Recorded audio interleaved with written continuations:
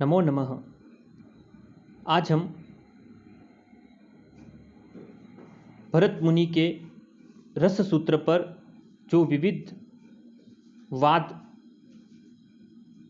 उत्पन्न हुए हैं उनके ऊपर आज हम चर्चा करेंगे।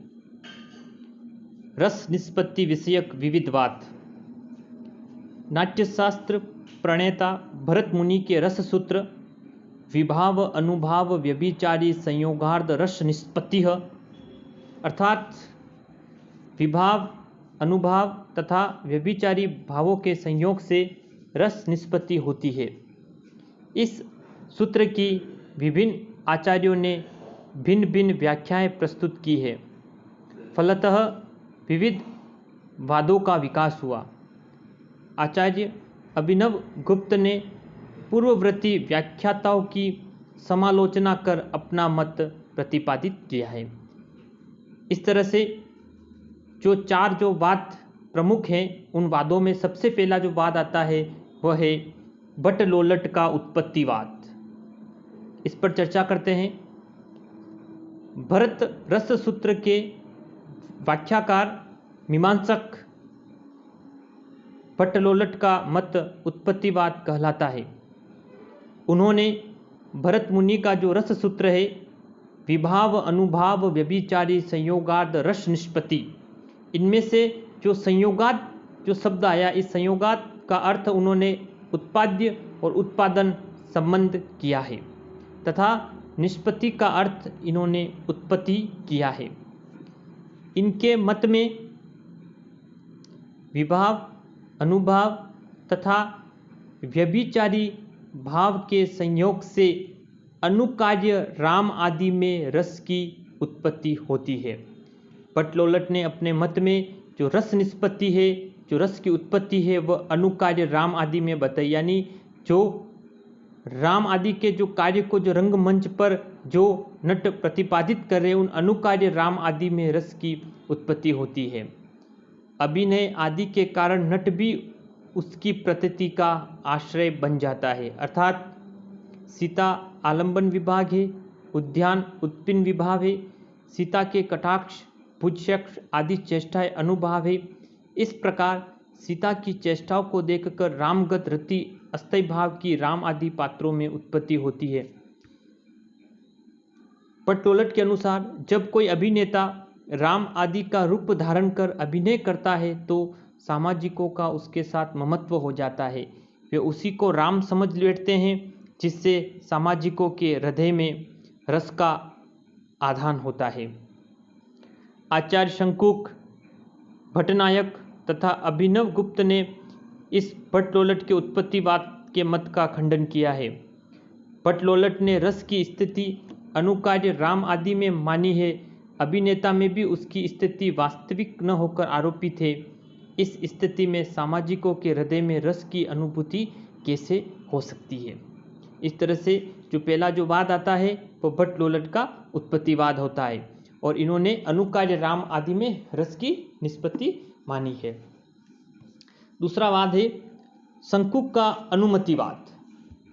जो शंकुक है ये न्यायिक मत के पोषक है। न्यायिक शंकुक का मत अनुमतिवाद कहलाता है। इन्होंने भरत मुनि के जो रस सूत्र में जो संयोगात पद का अर्थ इन्होंने अनुमान अनुमापक संबंध किया है तथा निष्पत्ति पद का अर्थ इन्होंने अनुमति किया है।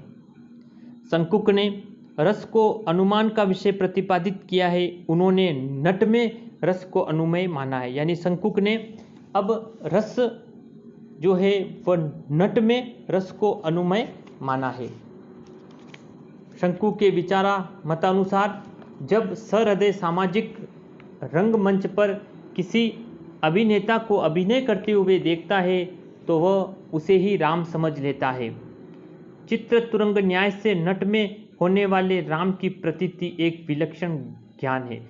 यहाँ जो चित्रतुरंग न्याय है उससे तात्पर्य है कि जिस प्रकार चित्र में अश्व को देखकर उसके अश्व न होने पर भी यह अश्व है ऐसी प्रतीति होती है, उसी प्रकार रंगमंच पर राम का अभिनय करने वाले नट में सहृदय सामाजिक को राम की प्रतीति होती है। इस प्रकार सामाजिक जब नट को राम ही समझ लेता है तो शिक्षा और अभ्यास की कुशलता से वह नट के हाव भावों को कृत्रिम नहीं समझता है। वह नट में रति आदि अस्थायी भावों का अनुमान कर लेता है।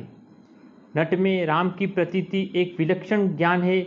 यह न सम्यक प्रतीति है, न मिथ्या प्रतीति है, न संशय प्रतीति है और न सादृश्य प्रतीति है। यह तो एक विलक्षण प्रतीति है। जिस प्रकार किसी स्थान पर स्थित धुंध को ही धूम समझकर वहनी का यानी अग्नि का अनुमान कर लिया जाता है, उसी प्रकार नट को ही राम समझकर रति आदि भावों का अनुमान कर लिया जाता है। इस प्रकार सामाजिकों को हृदय में अनुमानिक रस की प्रतीति होती है। परंतु उत्तरवर्ती आचार्यों ने इस मत का खंडन किया है। उनका कथन है कि संकुक प्रतिपादित अनुमति कल्पित है। इस स्थिति में यदि अभिनेता में रस का अनुमान कर लिया जाए तभी वह चमत्कारिक नहीं होगा, यानी वह चमत्कार को उत्पन्न नहीं कर पाएगा। यदि सामाजिक को यह निश्चित हो जाए कि ये सीता राम आदि विवाह कल्पित हैं तो रति आदि भावों की अनुमति ही नहीं हो पाएगी, तब फिर सामाजिकों को रसानुभूति कैसे हो सकती है। इस तरह से अगला जो वाद आता है संकुक की अनुमतिवाद के बाद पट्टनायक का भुक्तिवाद।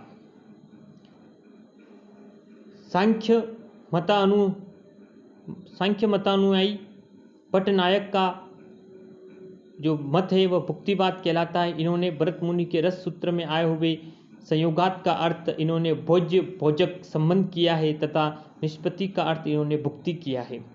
इनका मत है कि सहृदय सामाजिक में रस की भुक्ति होती है। इन्होंने उत्पत्ति तथा अनुमति सिद्धांत का खंडन किया है, यानी पट्टनायक ने सहृदय सामाजिक में रस की निष्पत्ति यानी भुक्ति को माना है।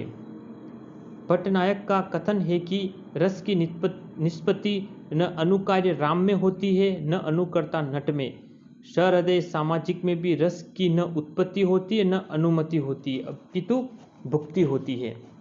इनका मत है कि यदि रस को अनुकार्य रामगत अथवा अनुकर्ता नटगत मान ले तो इस रस का सहृदय सामाजिक के साथ संबंध नहीं हो पाएगा, क्योंकि सामाजिक तटस्थ है।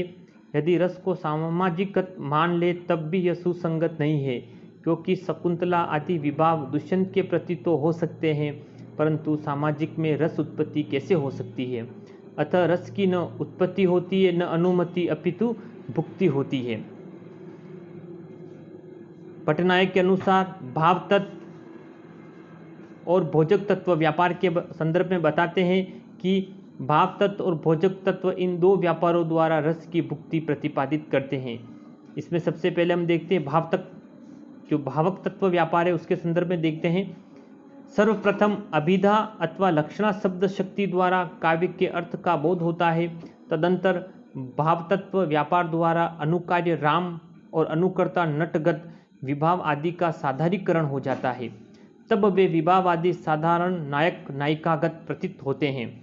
अब इसमें साधारीकरण का अर्थ क्या होता है कि जब राम सीता आदि पात्र अपने विशिष्ट अंश का परित्याग कर साधारण नायक नायिका आदि रह जाते हैं, इस प्रकार भावक तत्व व्यापार द्वारा राम और सीता का साधारीकरण हो जाता है। इस तरह से सबसे पहले पट्टनायक भाव तत्व को लेते, इसके पश्चात साधारणीकरण तत्व आता है और इसके बाद भोजक तत्व व्यापार। अब भोजक तत्व क्या है?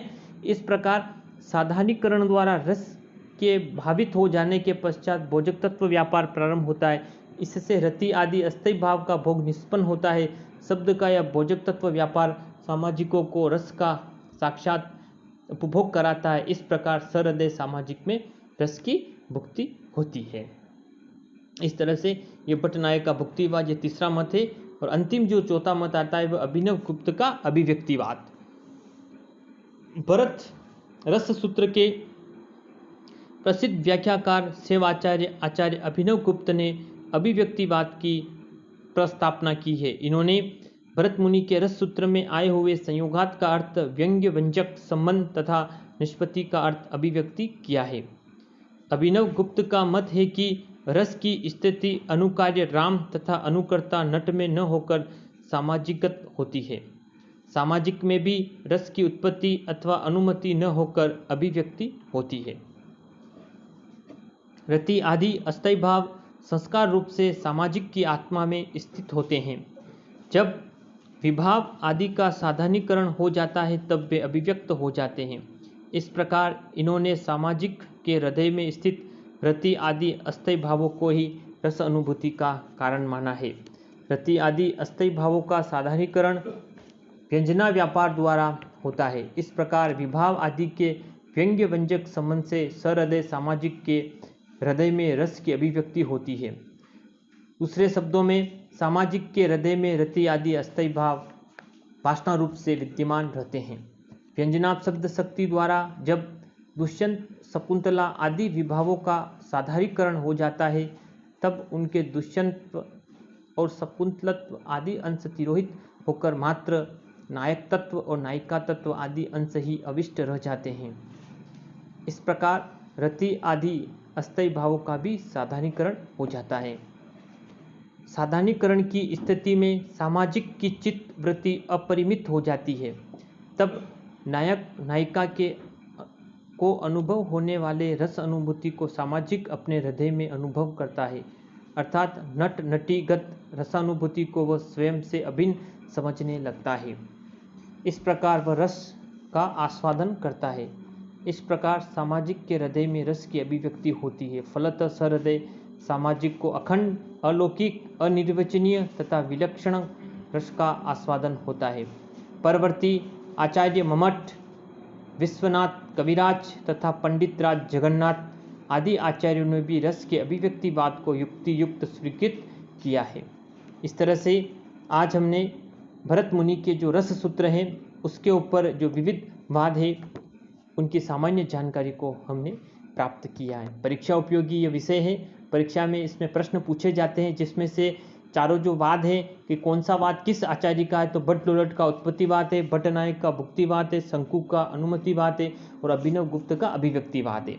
एक प्रश्न ये पूछा जाता है कि इसमें से जो संयोगाद और निष्पत्ति का क्या अर्थ बताया है, तो भट्ट लोलट का जो उत्पत्तिवाद है उसमें उन्होंने संयोगाद का अर्थ उत्पाद और उत्पादन किया है, निष्पत्ति का अर्थ उन्होंने उत्पत्ति किया है। इसी तरह से शंकुक ने संयोग का अर्थ अनुमान अनुमापक किया है और निष्पत्ति का अनुमति किया है। तीसरा प्रश्न आता है इसमें, भट्टनायक ने संयोगात का अर्थ भोज्य भोजक संबंध किया है और निष्पत्ति का अर्थ भुक्ति किया है। इस भट्टनायक के भुक्तिवाद में एक और पूछा जाता है कि इन्होंने जो 3 तत्व बताए उनको जमा के पूछा जाए किस तरह से रस की निष्पत्ति मानिए। तो पहले भाव तत्व आएगा, फिर भाव तत्व के बाद साधारणीकरण होगा और साधारणीकरण के पश्चात भोजक तत्व होने के पश्चात ही रस की निष्पत्ति होती है। तीनों को क्रमबद्धता को ध्यान रखना है। पहले भाव तत्व आएगा, फिर साधारणीकरण आएगा और फिर भोजक तत्व व्यापार आएगा। और अभिनव गुप्त का में संयोगात का अर्थ व्यंग्य व्यंजक संबंध किया है और निष्पत्ति का अर्थ अभिव्यक्ति किया है। इसके अलावा इसमें एक प्रश्न यह भी बनता है कि किस किस आचार्य ने रस की जो अनुमति किस किस में मानी है। तो भट्ट लोलट ने जो रस की जो निष्पत्ति है वह उत्पत्ति राम आदि में, अनुकार्य राम आदि में रस की उत्पत्ति को माना है और शंकुक ने नट में रस को अनुमय माना है तथा भट्टनायक ने सामाजिक जो सहृदय है उनमें रस की भुक्ति को माना है तथा अभिनव गुप्त ने सामाजिका में ही, सामाजिक जो जन है, सहृदय जो जन है उन्हीं में ही रस की उत्पत्ति मानी है और वह भी अनुमति ने होकर अभिव्यक्ति ही होती है। इस तरह से ये चारों जो वाद है परीक्षा उपयोगी है, इनसे प्रश्न पूछे जाते हैं। तो आज हमने इन चारों वादों के बारे में सामान्य जानकारी को प्राप्त किया। धन्यवाद।